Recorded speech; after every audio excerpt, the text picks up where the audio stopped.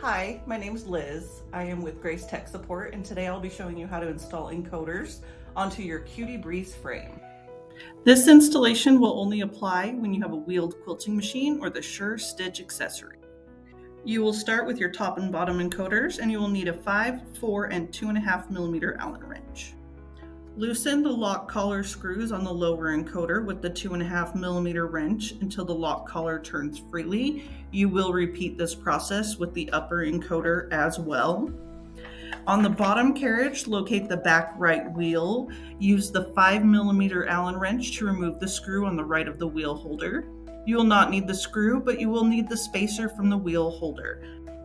Put the spacer on the lower encoder bolt, install the encoder so the dark wheel is pointing away from the carriage, and tighten the bolt with the 4 millimeter Allen wrench.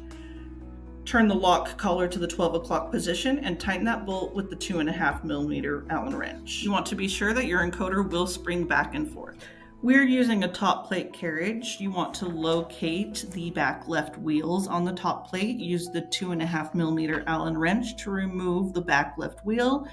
Keep the wheel and spacer. You will not need the screw. Slide the wheel and then the spacer onto the encoder bolt and install the upper encoder so the dark wheel is pointing toward the front of the top plate. Tighten with a 4 millimeter Allen wrench.